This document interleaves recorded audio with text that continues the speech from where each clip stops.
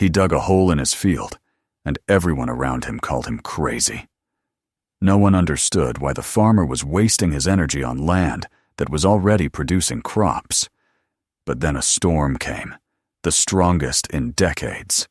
Torrential rain washed away everything in its path until it reached his farm. And that's when everyone understood why the hole was needed. Subscribe to the channel and write in the comments which city you are from. The morning light spread slowly over the flat horizon, soft and golden, as though the sun itself was reluctant to rise on another ordinary day. The fields shimmered with dew, and the sound of crickets faded as the first breeze passed through the tall, brittle grass. On the edge of that land, an old farmhouse stood weathered but sturdy, its paint long since peeled to the grain, its windows framed in the gray patina of years. Inside lived a man who had long ago learned to wake before the world did. His name was Jonathan Bailey, and he had worked the same soil his father and grandfather once turned, believing that a man's worth was measured not in his wealth, but in the steadiness of his hands and the honesty of his earth. For as long as he could remember, Jonathan had felt that the land spoke to him, not in words, but in signs. The way the wind bent the stalks, the feel of dampness in the morning air, or the silence of the birds before rain. These were messages. Most folks in town called that kind of talk foolishness. They said the old man had gone too long without company, that grief had sharpened his hearing in strange directions. Since his wife Mary passed, the house had been quiet, and in that silence, he had found comfort in listening to the only thing that still answered back, the ground beneath his boots. That spring had been an uneasy one. The snow melted early, but the rains didn't come when they should have. The soil was dry at the surface, but strangely soft underneath, like bread dough left too long in the bowl. When Jonathan's boots pressed down, he felt the ground give slightly, as though it were hollow. One evening, as he fed the cattle near the western fence line, he felt a faint vibration underfoot, a low, distant thrum that came and went like breath. He paused, listening. There was no wind, no thunder, no sound from the barn, only the quiet pulse of something deep below. He waited a moment longer, then shook his head and went back to his chores, though the unease followed him into sleep. Over the next few days, the signs multiplied. The water in the well turned cloudy and warm, with a metallic tang that lingered on the tongue. The hens stopped laying, and the dog an old shepherd named Gus refused to go near the back of the property. Jonathan noticed that the grass by the old shed had turned yellow in a perfect ring, as if something beneath the soil had poisoned the roots. Still, he told himself not to worry. The weather had been strange all season. It would pass, like everything else. But then came the night of the hollow sound. He woke just before dawn to a deep, muffled groan that seemed to rise from the floorboards. The house trembled softly, not enough to knock anything loose, but enough to make the coffee cups rattle on the shelf. He sat up in bed, heart thudding, and listened.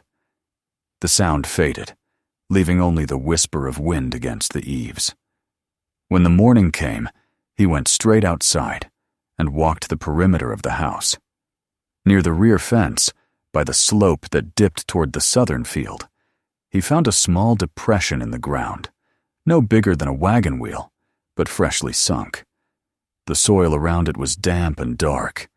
He crouched, pressed his hand to the dirt, and felt warmth where there should have been cold. That was when he decided to dig. It wasn't reason that guided him, or even fear, just instinct. The same instinct that had told his father when to plant and when to wait, when to burn the dry grass and when to let it seed. He fetched his old shovel from the shed, tightened the laces on his boots, and began to dig around the depression, widening it by slow, steady inches. The first few feet were easy. The topsoil gave way with the smell of clay and roots, but as he went deeper, The earth grew heavier and wetter. It clung to the shovel, thick and stubborn. The smell changed, too, an acrid hint of sulfur mixed with the sweetness of rot. By midday he was soaked in sweat, his back aching, but something about the ground's warmth kept him from stopping. It was as though the earth itself wanted to be opened. When the neighbor drove by that afternoon, he slowed his truck and leaned out the window. "What are you doing, Bailey?" he called. "Digging to China." Jonathan straightened, wiped his brow with the back of his hand, and said simply, "Making sure I still own what I stand on." The man laughed, shook his head, and drove off. By evening, the whole town would know that old Bailey had lost his mind, that he was out there digging a hole big enough to bury himself in. But Jonathan didn't care. He worked until dusk, until the sweat on his arms turned to mud and the blisters on his palms burned. When he finally stopped, there was a pit almost 6 feet wide and nearly as deep, with sides that curved inward like the throat of a well. From its base came a faint current of warm air that brushed his face like the sigh of something sleeping below.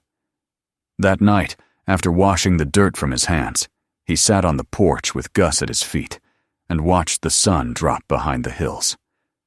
The fields glowed orange, the air thick and still. He could hear frogs starting to sing in the distance, but closer to the house there was silence, the kind that presses against the ears until every creak feels louder than it should. He looked toward the pit, a dark shape at the edge of the yard, and felt something he couldn't name, neither fear nor satisfaction, but a strange certainty, as if he had done what needed to be done, even if he didn't yet know why. The next morning dawned hot and windless. The horizon shimmered, and the air smelled faintly of metal. Jonathan checked the barn, the fences, the troughs. Everything seemed normal, except for the way the animals avoided the lower field.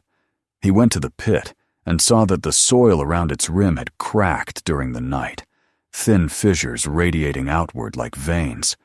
When he knelt to look closer, he saw beads of water glistening in the cracks, though there hadn't been rain in weeks. He touched one with his finger. It was warm.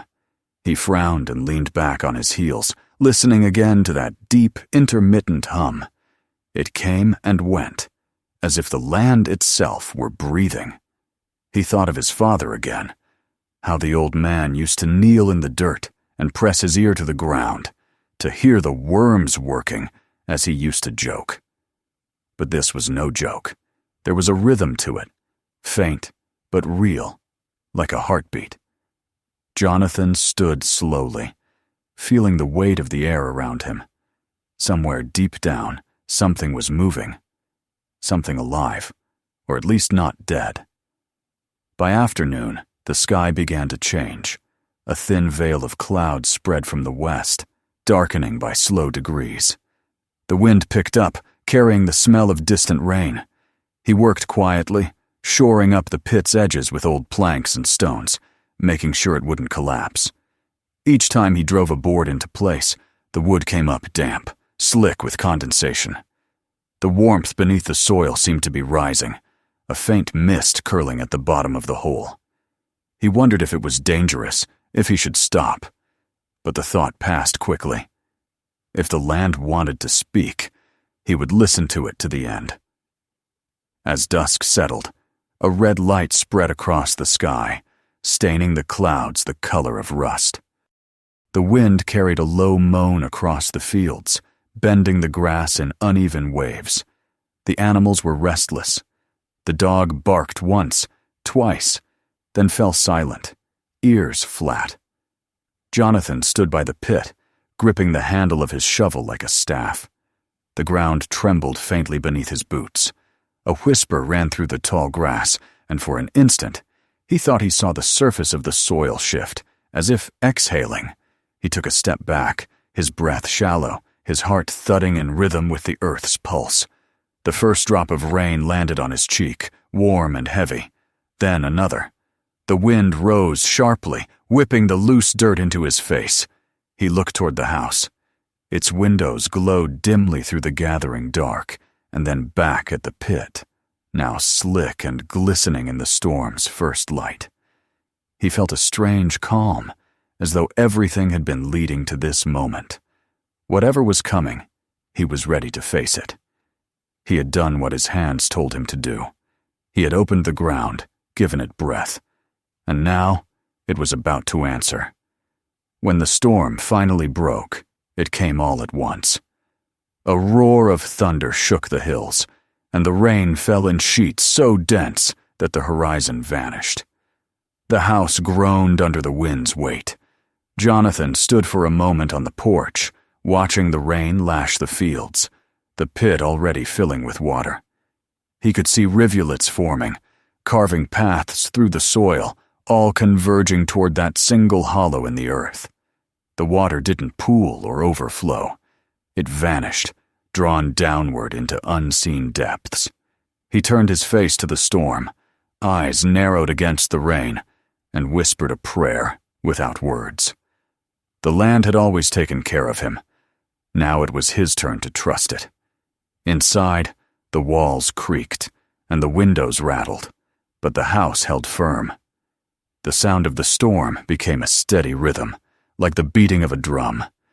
Somewhere beneath it, faint but unmistakable, came that same deep hum he had felt for days, stronger now, alive. It pulsed through the floorboards, through the air, through his chest. He sat in his chair by the window, listening, waiting. In the flickering light of the storm, the old photographs on the wall seemed to shift, the faces of his parents and grandparents watching him from across the years. He closed his eyes, and in the dark, behind his eyelids, he saw the fields, the pit, the rain swirling into the earth like breath drawn deep into lungs. It was not madness, he realized, nor luck. It was connection, the old bond between man and soil, between listening and surviving. Outside, the thunder rolled again, and the sound seemed almost like a voice, low and ancient, rising from the depths to speak to the one man still awake to hear it. By the time the storm began to move east, the air had grown still again, and the rain had softened to a whisper. Jonathan rose, lit a lantern, and stepped out onto the porch. The world smelled of wet clay and grass. The sky was pale with the first hints of dawn. He walked slowly toward the pit. Steam rose from its edges, thin and white, curling upward into the cool morning. The water level inside had dropped, leaving behind smooth, glistening walls. He could hear a faint trickle below, as if some hidden current was carrying the flood away. He stood there for a long while, hands at his sides, breathing in the damp air. The land was quiet now, peaceful, but not still. It was breathing again, steady and alive. Behind him, the house stood unbroken, its foundation solid. Around him, the fields lay heavy with moisture. The crops spared the ruin that had swept through the neighboring valleys. He didn't know it yet, but that hole he had dug in silence and stubbornness had just saved everything he loved. For now, he only knew one thing. The earth had spoken, and he had listened. And though the world might still laugh, he no longer felt the need to explain. He looked once more into the darkness of the pit, saw the faint shimmer of moving water, and smiled. The storm had passed, but something far older had awakened beneath his feet. The day began anew, gray and heavy, the clouds still thick, but the wind calm.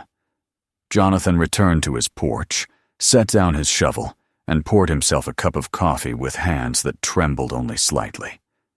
Gus lay beside him, head resting on his paws, eyes fixed on the horizon. The smell of rain lingered in the air. Somewhere deep below, the water moved unseen, carrying the memory of the storm away. Jonathan took a slow sip, feeling the warmth spread through him, and let his gaze drift over the land that had shaped his life. The soil was dark and rich again, the way it used to be. The laughter of his neighbors would fade with time, but the earth's voice, low, patient, eternal, would remain. And beneath that calm surface, hidden in the depths, something ancient and grateful had begun to stir. The morning after the strange storm was thick with silence. The air hung heavy over the fields, damp and metallic, and a low mist lingered where the earth had drunk too deeply.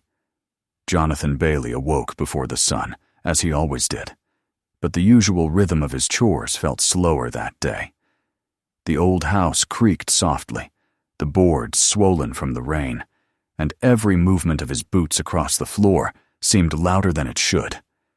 He poured himself a cup of coffee and sat for a while at the kitchen table, listening to the distant drip of water from the eaves. The smell of wet wood and soil filled the air.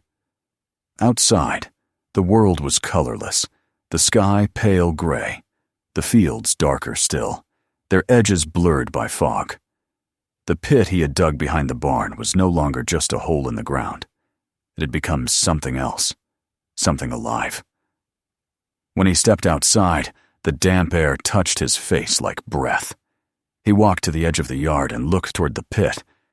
Steam still rose from its rim, a thin ghostly ribbon that drifted upward and vanished into the low clouds. The soil around it had hardened, smooth and dark like baked clay. He crouched and laid a hand against the earth. It was warm, not the surface warmth of sunlight, but the steady inner heat that came from something deeper. He listened for the faint hum that had haunted him before, but the ground was quiet. It had exhaled whatever it had been holding. Now it waited. The day passed uneasily. The weather had not yet decided what it wanted to be. Too wet to work, too still to rest. The radio, static-filled and moody, warned of heavy rainfall over the next few days. Flash flooding possible in low-lying areas, the announcer said, his voice thin and clinical. Jonathan turned it off. He'd seen floods before. The land could take it. But deep down, something in him stirred uneasily. The earth was different now, tender beneath the surface, like flesh that had been bruised. By late afternoon, the air thickened with humidity so strong it felt like walking through breath. Thunder rumbled far off in the west. The light dimmed, the horizon vanishing behind curtains of gray. The storm that came that night was no ordinary storm. It arrived slowly, crawling over the hills like a living thing, its first touch soft, almost gentle. A few drops of warm rain that darkened the dust on the porch steps. Then came the wind, low and steady, and the smell of ozone so sharp it stung his nostrils. Jonathan watched from the porch as the first streak of lightning split the sky, followed by a roll of thunder that shook the window panes. Gus whined softly and pressed himself against his master's boots. "Easy now," Jonathan murmured, though his voice sounded distant even to his own ears. He'd seen plenty of storms in his time, but this one felt different, as though the sky itself had been waiting to release something long restrained. Within an hour, the rain was falling in sheets so dense the fields disappeared into a blur of motion. Water streamed down the dirt road like a living river, carving new paths through the low ground. Jonathan stepped back inside and watched through the glass as the wind bent the trees and tore at the grass.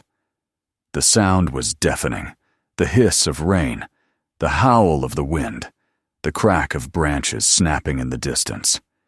He could feel the house trembling under the weight of it, the old timbers moaning as though remembering every storm they'd ever endured. In the barn, he could hear the restless shifting of cattle, their lowing muffled by the roar of rain. He pulled on his coat, grabbed the lantern, and stepped out into the chaos. The water came up to his shins within minutes, warm and fast, carrying twigs, leaves, and clumps of torn grass. He made his way to the barn, fighting the wind, his lantern flickering wildly. Inside, the animals were panicked, their eyes rolling white in the dim light. He calmed them as best he could, unlatched a few stalls, and opened the side gate to let them seek higher ground near the ridge. Then he looked toward the house. The water was running downhill now, straight toward it, forming a narrow channel that widened with every second.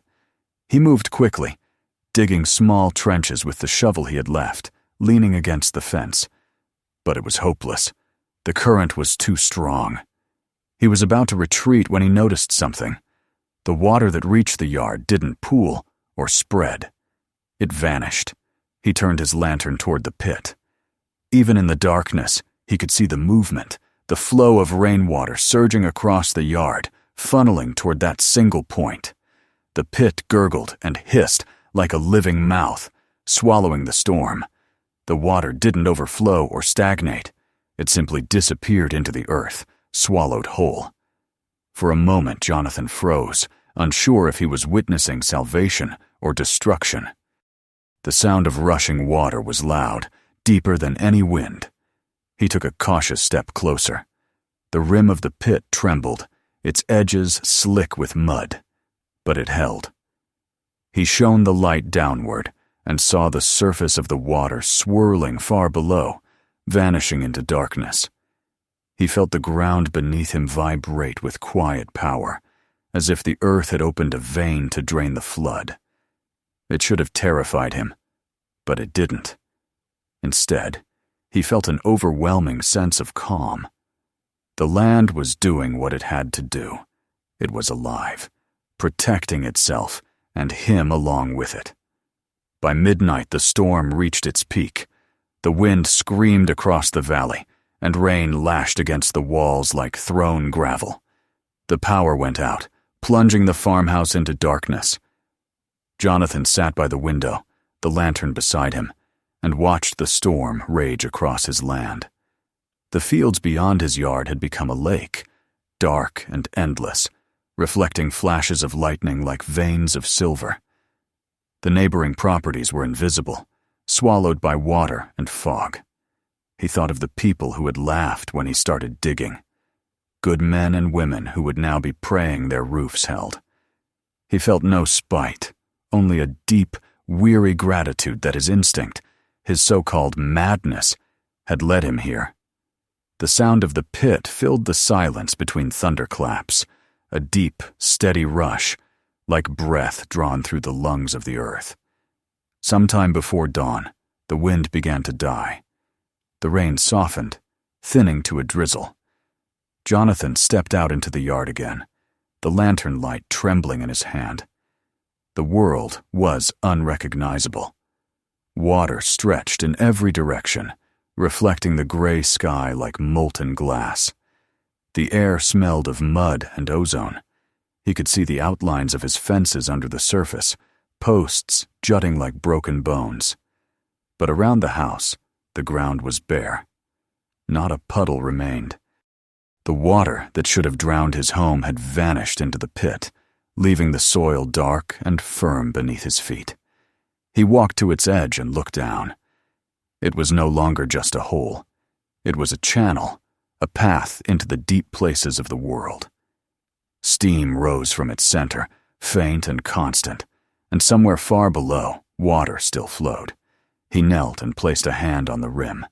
The warmth was gone now, replaced by cool dampness. Whatever had stirred beneath the earth had quieted, satisfied with what it had taken. When the sun finally broke through the clouds, it did so shyly, a pale disk behind a curtain of mist. Jonathan stood on the porch, drenched and shivering but unbroken. He could see movement in the distance, figures trudging through knee-deep water, vehicles stranded along the road. The valley had become a shallow lake, and yet his house stood on a small island of solid ground. He knew what the others would say when they saw it. They'd call it luck, or divine mercy. Maybe some would remember the hole and wonder. But he knew. It wasn't luck. It was the land answering him, as it always had. By mid-morning, the first rescue crews arrived from town.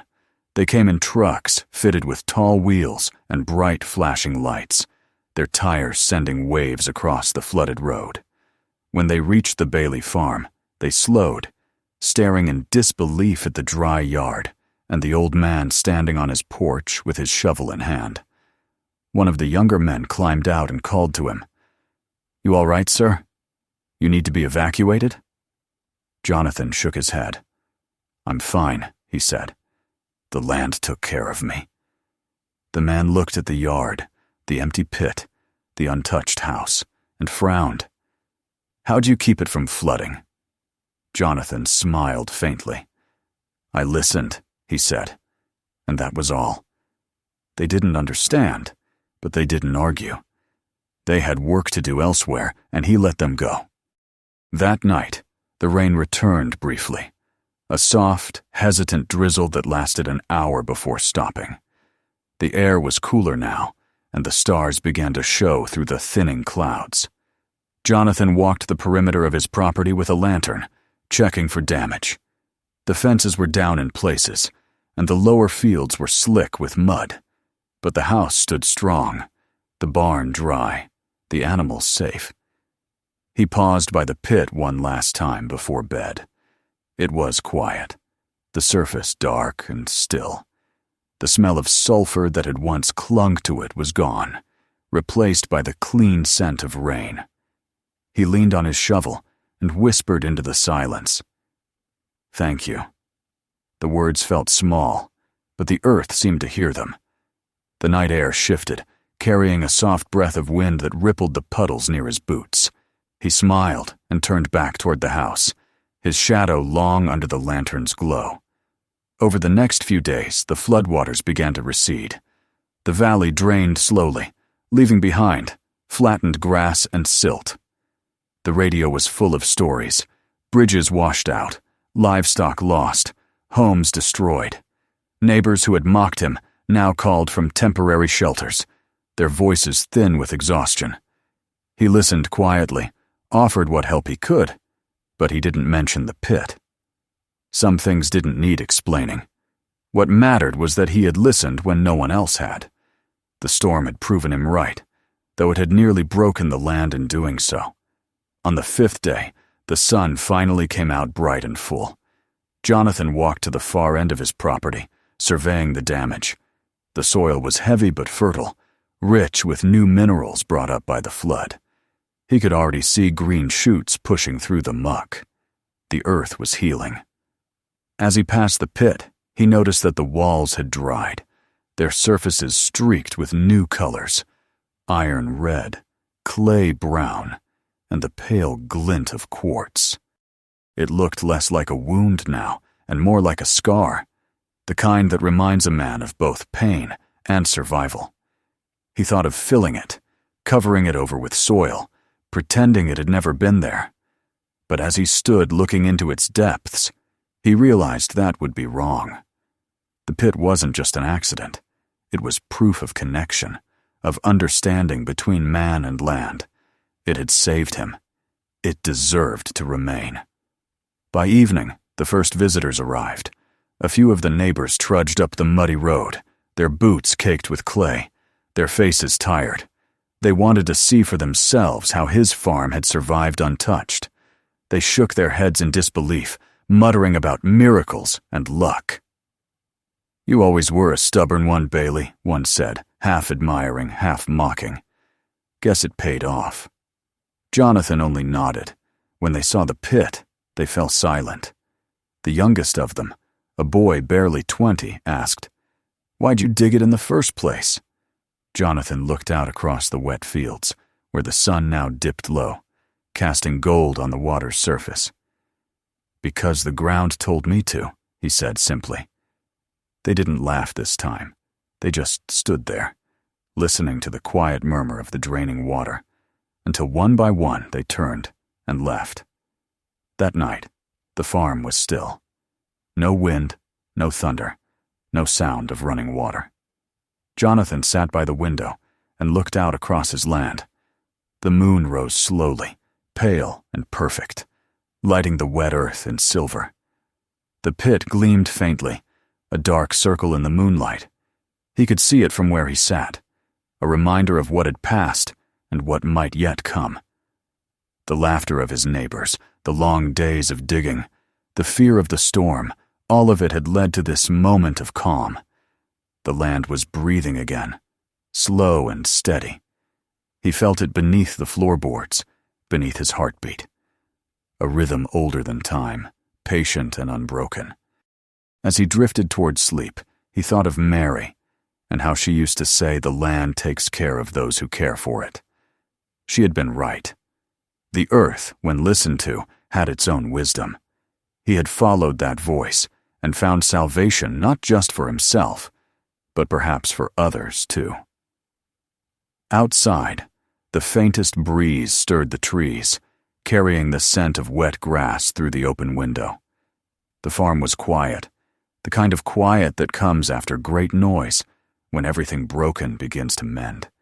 And somewhere in the depths of the earth, unseen and unhurried, the water still flowed, carrying away the memory of the storm, leaving behind a promise, a bond renewed between man and soil, between listening and survival.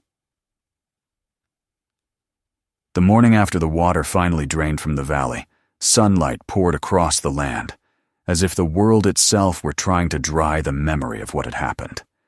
The air carried a clean, metallic scent, and the fields that only days ago had been drowned beneath brown floodwater now shimmered with moisture like new skin. Jonathan Bailey stood on his porch with a cup of coffee cooling in his hands, watching the mist rise from the hollows. The storm had passed, but its echoes still lingered in the sagging fences, in the toppled branches scattered across the road, and in the hollow quiet that followed disaster. The neighbors' houses were still half submerged, and from a distance he could see the glint of rescue trucks and people hauling buckets of mud from their ruined basements. His land, however, stood untouched, a dark island of solid ground in a sea of destruction. The yard was firm beneath his boots, the house still upright, and the pit behind the barn, his mad hole, as they had called it, lay calm and silent, its surface a mirror of gray sky. He had not slept much the night before. The images of the storm replayed in his mind, the roaring wind, the pit swallowing the flood, the way the earth had seemed to breathe under his feet. There had been fear in that moment, yes, but also something deeper, something sacred.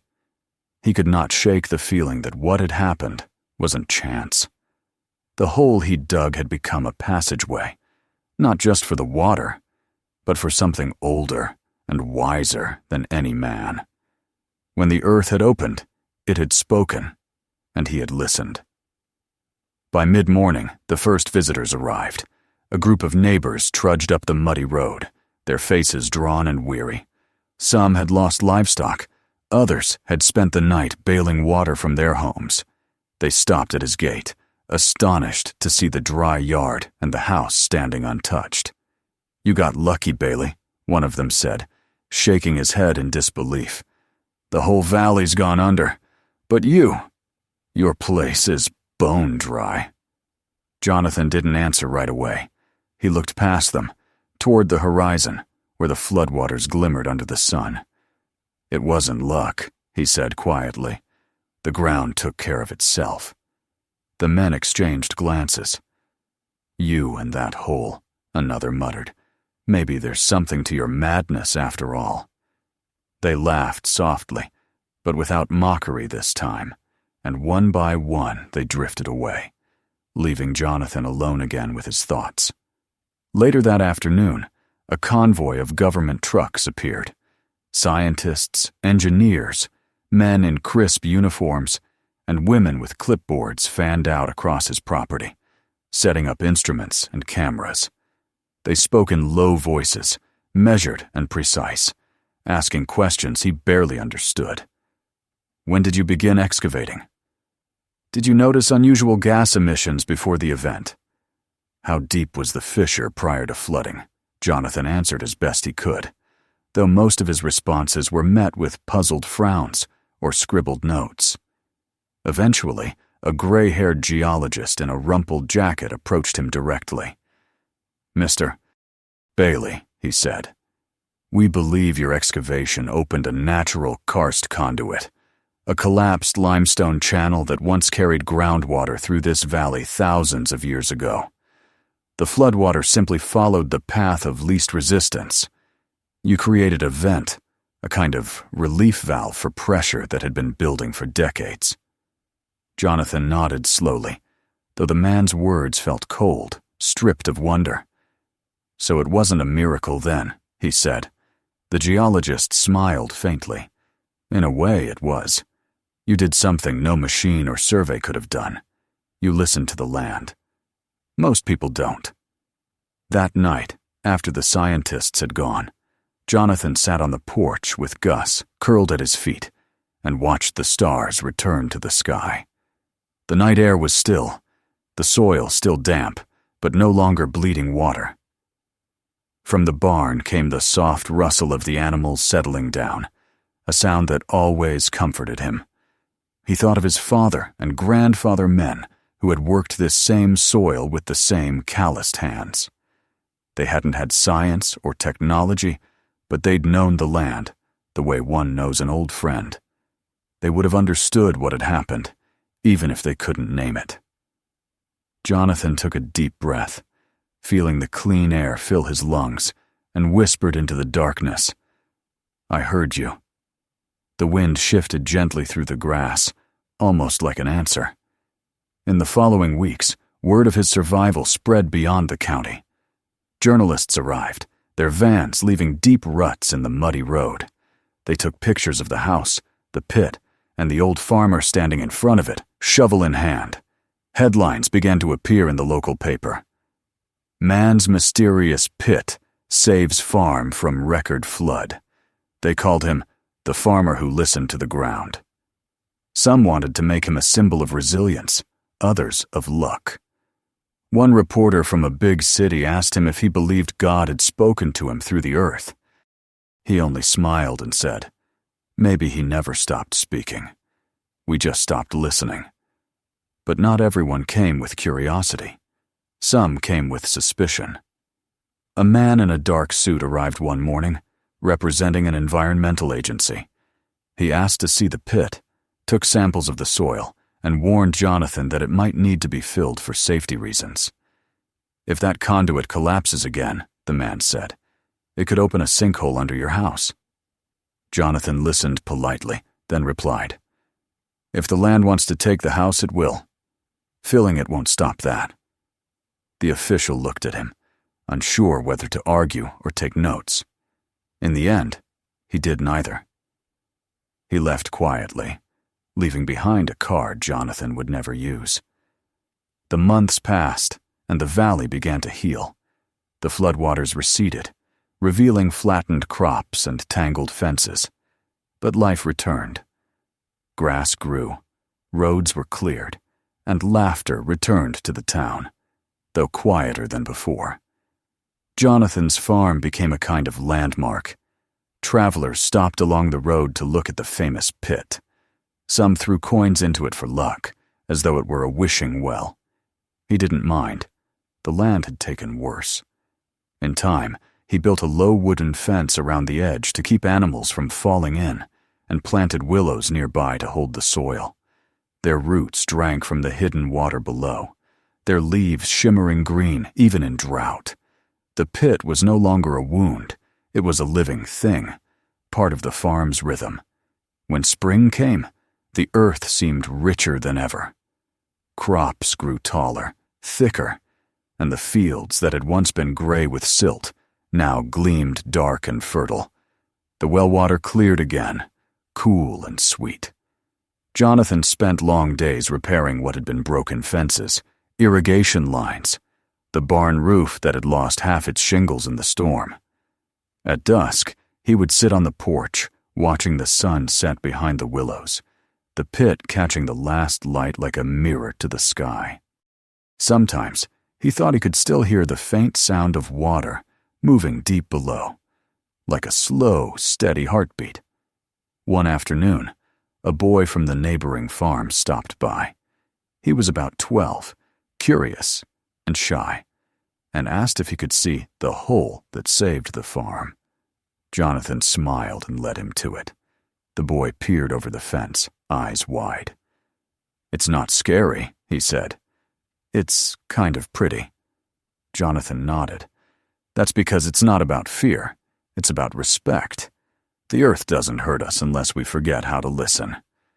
The boy didn't quite understand, but he nodded anyway.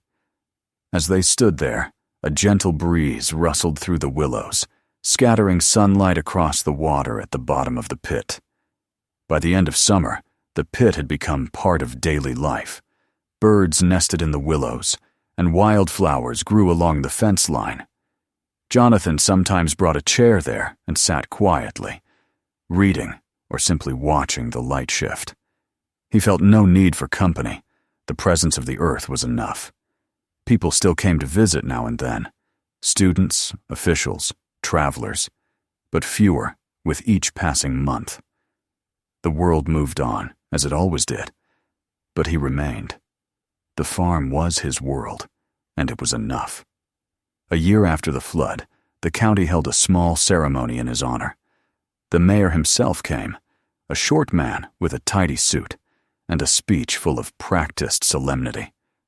They presented Jonathan with a framed certificate of recognition for service to the community and preservation of natural heritage.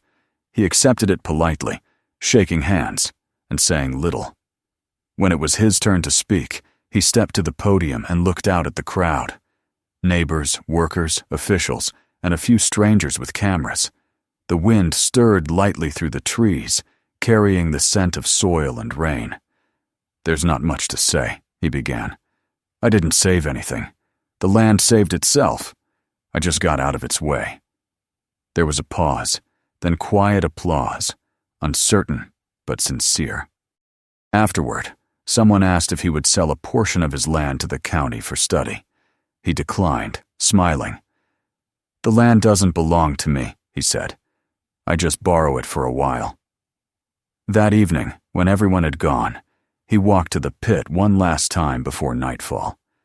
The sun was low, staining the sky with pink and gold.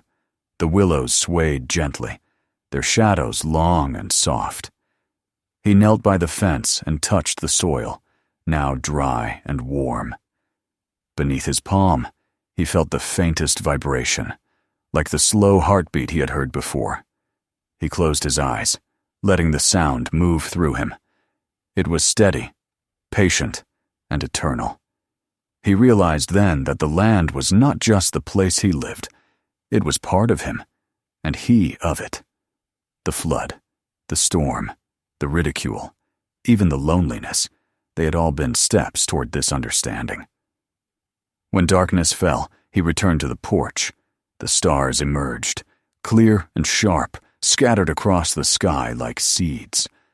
The night was alive with quiet sounds, the chirp of crickets, the whisper of wind through grass, the faint trickle of water somewhere deep below. He thought of Mary again, her voice soft in memory, saying that the land remembers kindness. He hoped she had seen the flood from wherever she was, had seen the earth rise to protect what they had built together. He smiled faintly, lifting his cup of tea in a silent toast to her, to the farm, to the living world that had carried him through so much. The years ahead would be slower, gentler. There would be more storms, more floods perhaps, but he no longer feared them. He had seen what the earth could do when it was heard. The pit remained, a quiet witness to all that had passed, and around it, life continued to bloom. Children played near its fence. Travelers stopped to look.